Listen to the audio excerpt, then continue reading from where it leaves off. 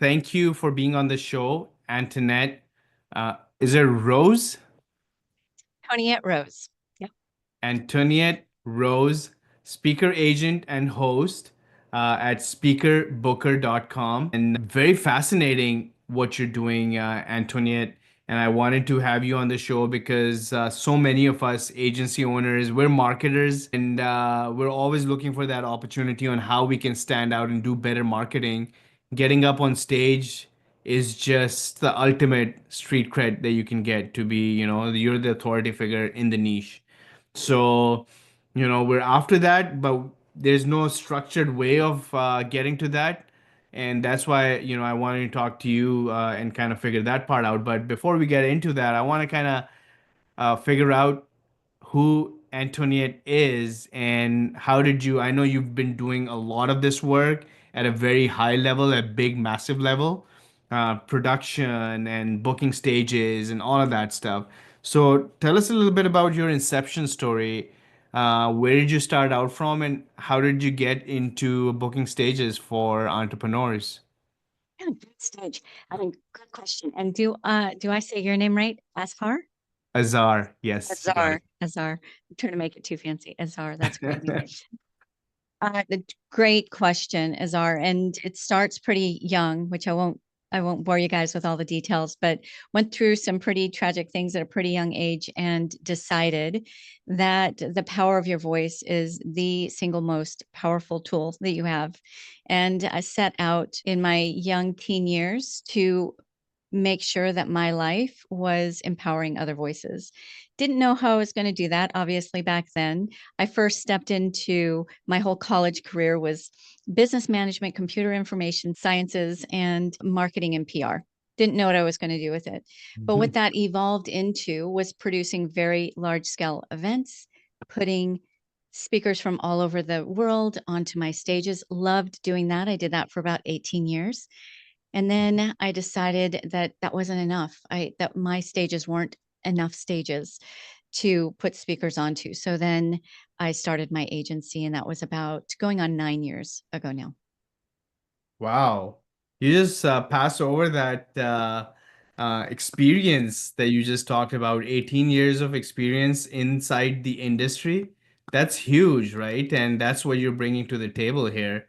So how did you get through that what's your biggest thing that you learned from that 18 years that was the aha moment of you starting that agency? Most of all, I became known for, I'm really proud of this, being able to spot emerging voices who maybe might not be a household name quite yet, not a celebrity, but they had solutions that people were laying awake at night praying for. But who was going to find them? How were they going to get found? So I would find them, I would put them on my stages. The problem was they were ill equipped. They were brilliant at their subject matter expertise, but they wanted to just give it all in one setting for the most part, right? Just give everything they knew in a 60-minute segment, 45-minute, 60-minute segment. Obviously, a confused mind does not buy, and you can only digest so much at one time.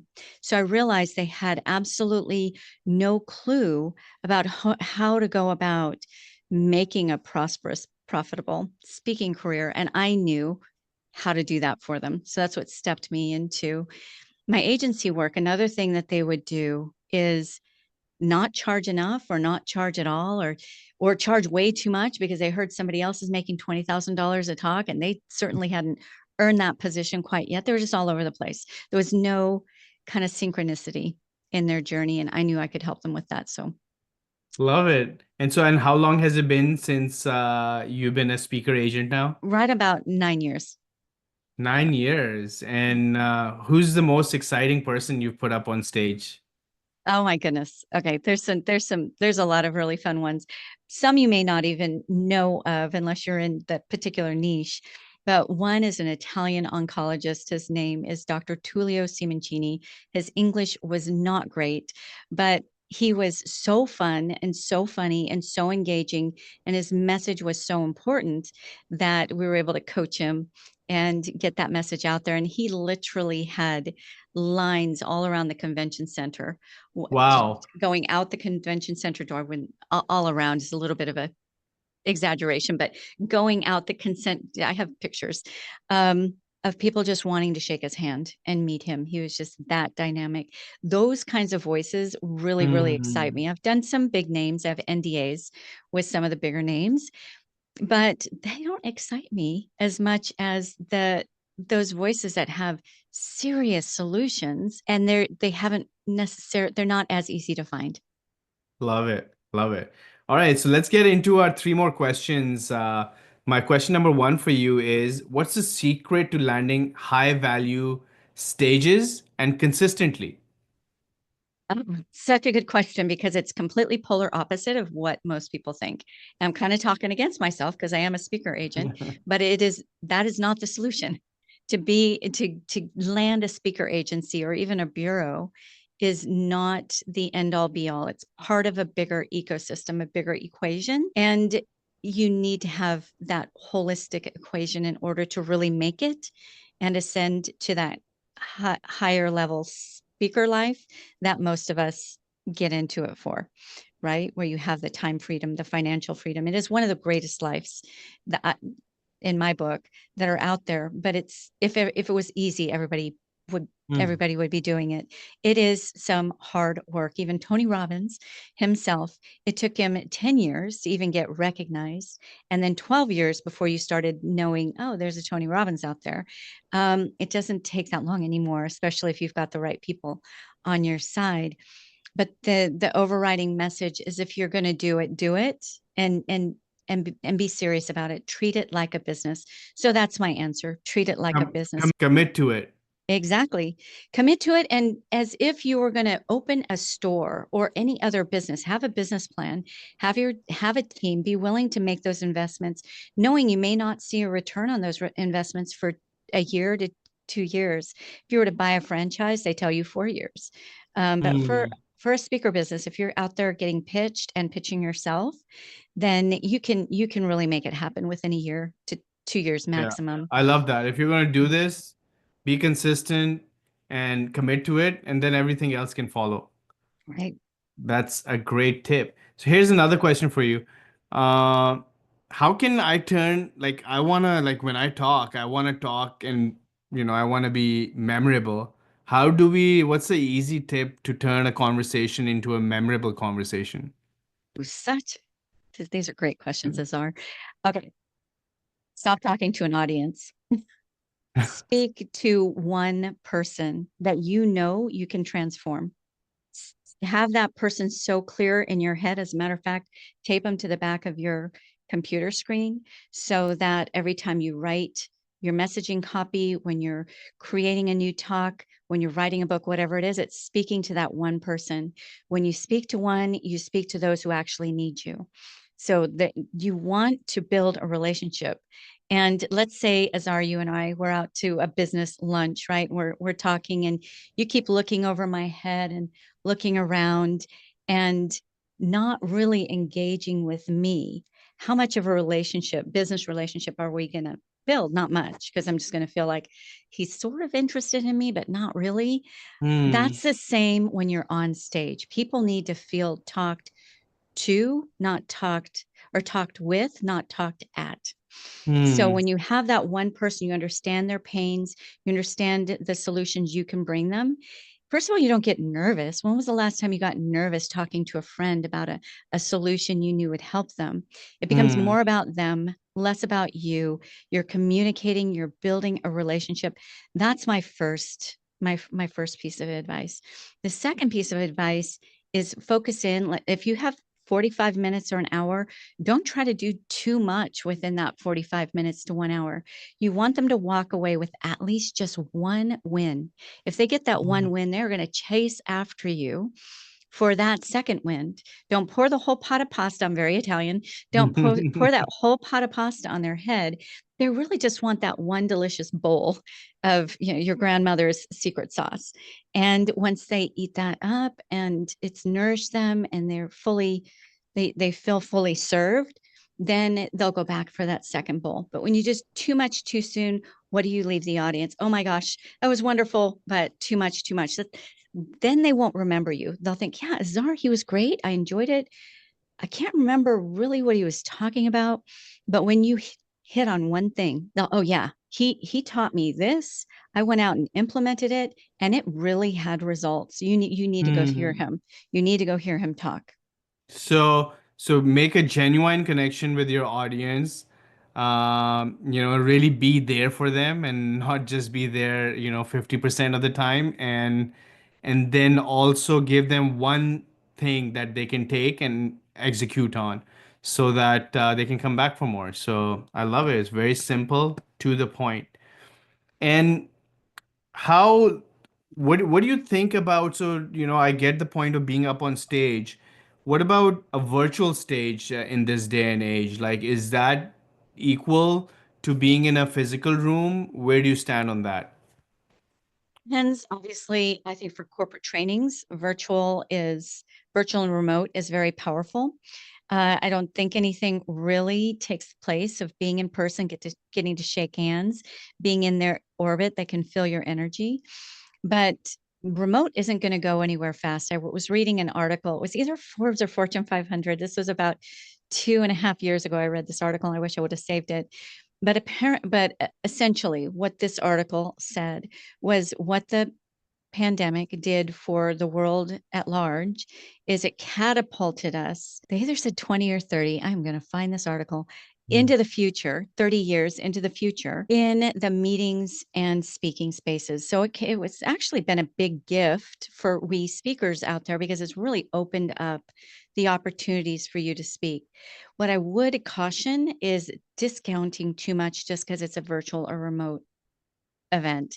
You're still bringing, they're not paying for your hour, they're paying for the decades that went into your expertise. So, Azar, you're Hmm. not going to leave half of your decades off screen just because you're charging them less to be remote. You're still bringing all of that transformation, all of that information onto the screen. It's fair to give a convenience fee. I mean, obviously, it's a little bit more convenient to just step onto a screen in your own studio versus getting on an airplane, all of that.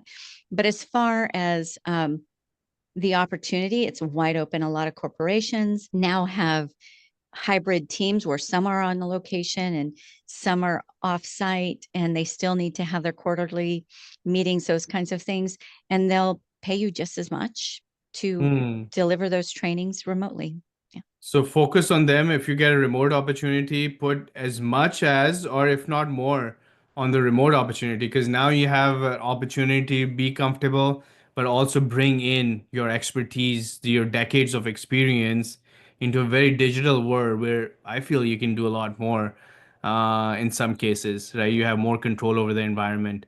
So Wait, great can I point. add something to that real quick? Do you mind? Yeah, of course. So what I love to say, so let's say it's an on location event. So you're paying 15,000 for a training or a keynote to be on location. Also, just little side note, always have your travel, have a flat travel fee and invoice it separately. So the organizer gets to stay within their budget. You get that other $2,500 or whatever for the travel because it comes out of two different budgets. But let's say they want to pay $15,000 to come and speak for a one-off talk. So yeah, I'm happy to do that. I'll get, my rate is $15,000 for a keynote. However, I do have this package that you may want to know about. Leave it up to them. For $35,000, I'll come and do the keynote, and then I'll do 4 remote follow-ups, especially if this is for C-suite or senior leadership in a corporation, and then I will wrap it up with another on location event. They would have to pay for travel again. But to package it like that makes it really powerful for them. They get those for them, $35,000, $45,000, even sometimes $50,000, whatever it might be, is not much if you're actually going to be able to move the dial on their numbers. Right? Hmm. Yeah, I love it. Love it. Great, great points. Kind of make a hybrid mix and create an offer for your speaking engagements. I love the ideas. Let's move into the rapid fire round. And here's my first one for you. In office versus remote teams. Remote. And do I just give you one word answer or am I No, supposed to no, you expound? you can rant on it a little bit. I mean, when your pool of talent expands globally, wow, I have a team of 17. We're all remote and they're my family, right? We definitely connect. I know this is a screen between us, but this is still in person. Hmm. They're in my home every single day, my home studio every single day. I know, I mean, I heard Elon Musk's, whole rant about uh, remote is lazy. No, I love Elon in many ways, but I didn't agree with him on that one thing. Maybe in certain industries, Yeah, you um, can. Like, you gotta build Teslas, you gotta be at a factory. But for the rest of us, yeah. I've been working remote since 2008 and full time since 2011. So, so this is like, many of us have been doing this for decades already. So yeah, I love your passion about remote. I like it. Don Martell is fabulous when it comes to talking about productivity, and that was one of Elon's cautions: is that people are not as productive when they're Hmm. remote. I have found the opposite to be true, and I like Dan Martell's approach in that you don't judge on the tasks, you judge on the outcomes. If there's a Hmm. team member who's not getting me the results in the out, and we have ways to track and measure and then also line that up with the KPIs, right? With the end result of what they actually deliver. If they're not delivering, then they go. I don't Hmm. care if, I don't know, their dog throws up and they've got to go clean up the dog, and I don't get the full 8 hours or what have you. As long as they are performing and and they're doing an excellent job with what I hired them to do, I'm good. Hmm. Yeah, I love that answer. Here's another one for you. What's voice to value strategy? I don't know your definition of it, but my definition of it is your most powerful tool in the world. I started off saying this is your voice. If you never spend $1 on formal advertising, your voice is going to be your biggest advertising asset. People Hmm. buy what they know, what they like, what they trust, and the you're going to be the best face of your own product. So if you're out there getting your voice out there, people buy you before they buy your product. Once they buy you, they're much more likely to trust in the process. If maybe it's a little bit longer process, be patient, be less demanding, and really jump in with both feet with whatever project you guys are working on together. Hmm. Really turn our voices into an asset for whatever you're doing. In our cases, as agency owners, our businesses. And here's the last one for you. Future of speaker marketing. Future of speaking or speaker marketing? Marketing a Yeah, speaker. yeah, marketing a speaker because like I know many of us, like especially in the agency world, we struggle with it consistently, right? Like we're great marketers, but we're not good at marketing ourselves. So, Yeah. how do we like? What do you think this is going to look like in the near future for us? Let's say you have a super strong, charismatic speaker, and then you have an okay, sort of emerging, growing speaker.